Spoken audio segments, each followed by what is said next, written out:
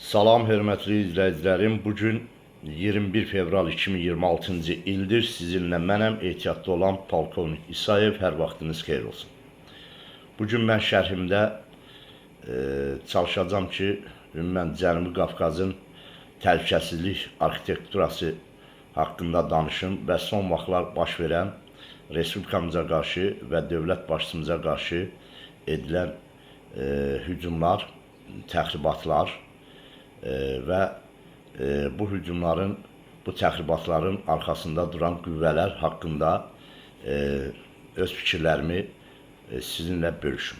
Hər birimiz bilirik ki, 2026-cı ildən başlayaraq Cənab Prezident Azərbaycan Respublikasının Silahlı Qüvvələrin Ali Baş Komandanı İlham Əliyev Azərbaycanın təhlükəsizliyi üçün, gələcəyi üçün bütün lazımi tədbirlərin görülməsi, beynəlxalq səviyyədə Azərbaycan dövlətinin cənub və şimaldan təhlükəsizliyinin təmin olunması istiqamətində gərəkli addımlar atmaqdadır.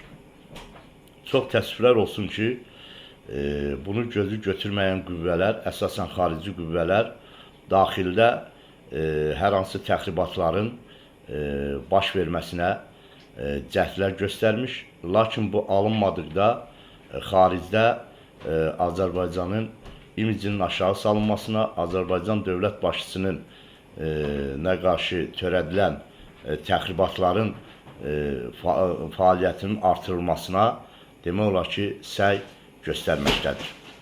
Hər birimiz bilirik ki, 2026-cı ildə Cənab Prezidentin xarici dövlətlərə səfərləri, həmçinin beynəlxalq tədbirlərdə iştirakı Azərbaycan dövlətinin təhlükəsizliyi üçündür. Nə ki, Azərbaycan dövlətinin Cənubi Qafqazın təhlükəsizlik arxitekturasının yaradılmasına hesablanmışdır. Və hər birimiz bilirik ki, Davos İqtisadi Forumunda Cənab Prezidentin iştirakı, Münhen Təhlükəsizlik Konferansında iştirakı bu demək olar ki, Azərbaycanın dövlətçiliyi üçün atılan lazımi və düzgün addımlardır. Və bildiyimiz kimi Davos İqtisadi Forumunda Amerika Birləşmiş Ştatları Prezidentinin sülh sazişi platforması demək olar ki, gündəmə gəldi və bu platformada iştirak etmək üçün Azərbaycan dövləti də təsisçi bir dövlət kimi ora dəvət olundu. Bu Azərbaycanın nüfuzunun, Azərbaycan dövlətinin regionda söz sahibi olduğunu bir daha sübut edir. Və Cənab Prezident bu sülh sazişi platformasında iştiraka razılıq verdikdən sonra Azərbaycana qarşı, dövlətimizə qarşı demək olar ki, təxribatlar törədilməyə başladı. Və bu təxribatlar çox təəssüflər olsun ki, öz milli qüvvələrimiz tərəfindən, istəyir daxildə, istəyir xaricdə öz milli qüvvələrimiz, yəni öz millətimizə mənsub olan insanlar tərəfindən törədilməyə başladı. Bu da çox acınacaqlı bir haldır.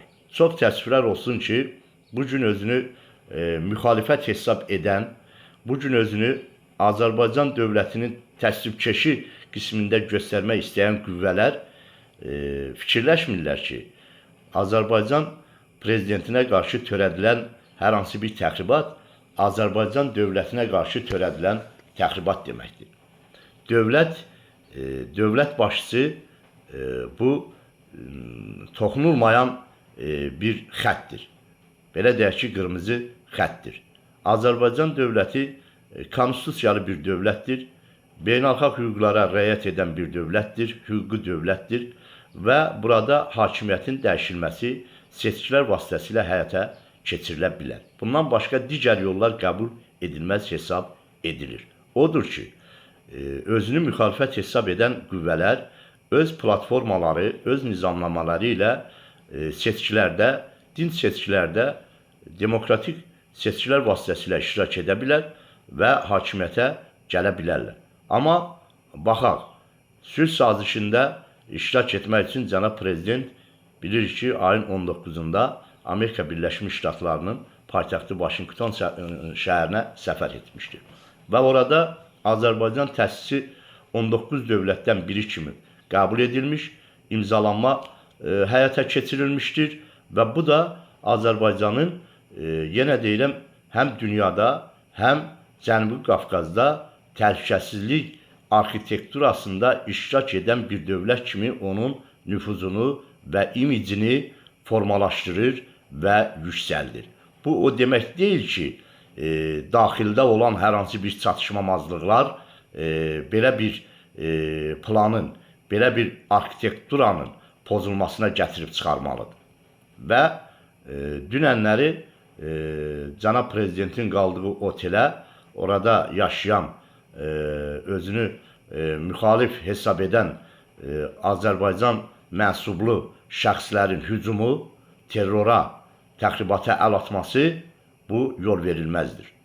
Bu demək olar ki, qarşısı alınmalıdır. Belə hallar biz əvvəllər bunu müşahidə edirdik ki, Azərbaycan prezidentinin xarici dövlətlərə, o cümlədən Amerika Birləşmiş Ştatlarına səfəri zamanı erməni lobbisi orada təxribatlar törətməyə cəhd göstərirlər, Azərbaycan səfirliyinə hücum etməyə cəhd göstərmişlər.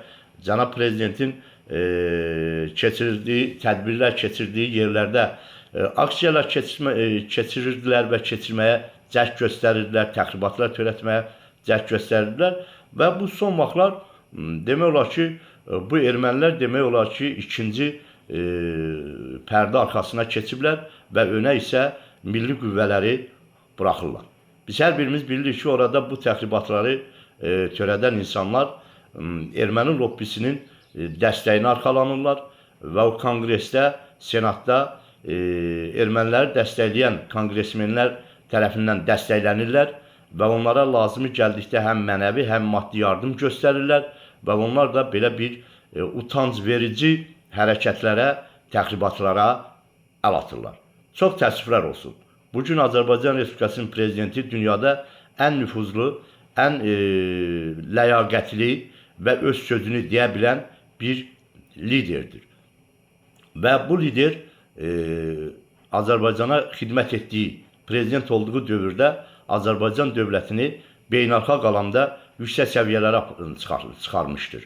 Və həmçinin 2-ci Qarabağ müharibəsi, 44 günlük müharibə, antiterror əməliyyatı, lokal antiterror əməliyyatı keçirildi və 200 illik erməni sindromu sındırıldı. Ermənilər 200 il ərzində öz dəstəkçilərinin hesabına bizim qanımızı tökmüş, torpaqlarımızı işğal etmiş, mənimsəmiş və özlərinə dövlət qurmuşdular. Və bu sindrom İlham Əliyev tərəfindən sındırılmışdır. Və bugün Ermənistanla biz demək olar ki, hal-hazırda sülh şəraitində yaşamağa başlamışıq və onlarla iqtisadi, siyasi məsələlər, müzakirələr olunur. Və demək olar ki, Ermənistan tərəfi də başa düşür ki, regionda inkişaf etmək üçün, öz dövlətçiliklərini saxlamaq üçün qonşu dövlətlərlə sülh şəraitində yaşamalıdırlar. Və bunu qəbul etməyən erməni lobbisi, çünki erməni lobbisinin bugün ayaqda durması nəyə əsaslanır? Türklərə qarşı, Azərbaycanlılara qarşı təxribatlar, soyqırım iddiaları və bu iddialar üzərində öz mənfəətlərini artırmaq və Türkiyə və Azərbaycana qarşı təxribatlarını davam etdirməklə onlar öz varlıqlarını saxlamaq siyasəti üzərində qurublar öz işlərini. Və bugün baxırlar ki, Ermənistanla 2025-ci il 8 avqustda sülh sazişi layihəsinin paraflanmasından sonra əldə olunan nailiyyətlər, irəliləyişlər, iqtisadi əlaqələr, qeyri-hökumət təşkilatları vasitəsilə siyasi yüksəlişlər və görürlər ki, bununla regionda sülh bərpa olunur, bərqərar olunur. Və bunu istəməyən qüvvələr indi Azərbaycana qarşı, Azərbaycan Respublikasının prezidentinə qarşı belə hayasız, utanc verici hərəkətlərə yol verirlər. Çox təəssüflər olsun. Mən bir vətəndaş kimin, bir Azərbaycanlı kimin bunları qınayıram, təəssüflənirəm. Çox təəssüflər olsun ki, bizi xaricdə belə təmsil edirlər və dövlətimizə qarşı belə təxribatçı, utanc verici hərəkətlərə yol verirlər. Azərbaycan xalqı cənab prezidentin arxasındadır, onu dəstəkləyir, onun apardığı daxili, xarici siyasəti dəstəkləyir və bundan sonra da dəstəkləyəcəkdir. Və bu şəxslər yəqin ki, Amerika qanunları ilə məsuliyyətə cəlb olunacaq, cəzalanacaq və öz belə deyək, paylarını alacaqlar. Diqqətinizə görə sağ olun. Şərh bölməsində fikirlərinizi yazmaq mənim üçün önəmlidir.